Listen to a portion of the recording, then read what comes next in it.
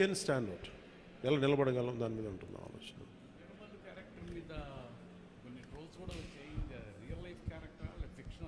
ఇది fiction characters, అసలు వాళ్ళు ఎవరో మాట్లాడారు, నా దృష్టికి తీసుకొచ్చారు కానీ అసలు సంబంధం లేదు.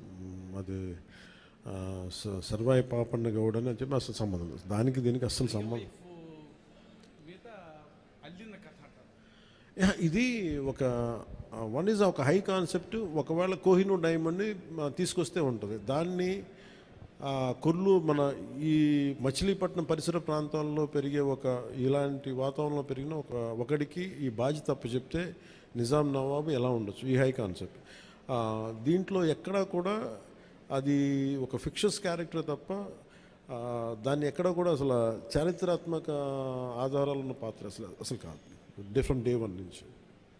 It's very quite created character.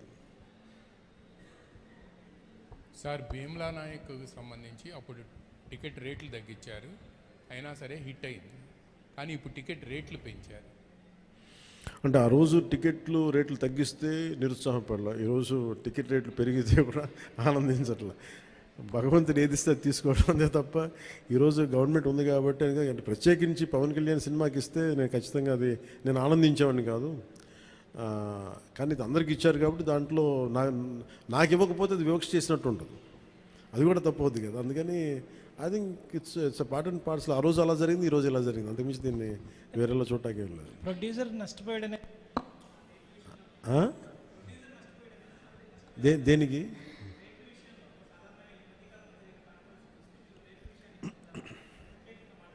మళ్ళీ వినిపించట్లా. రేట్ల విషయంలో సినిమా టికెట్స్ రేట్ల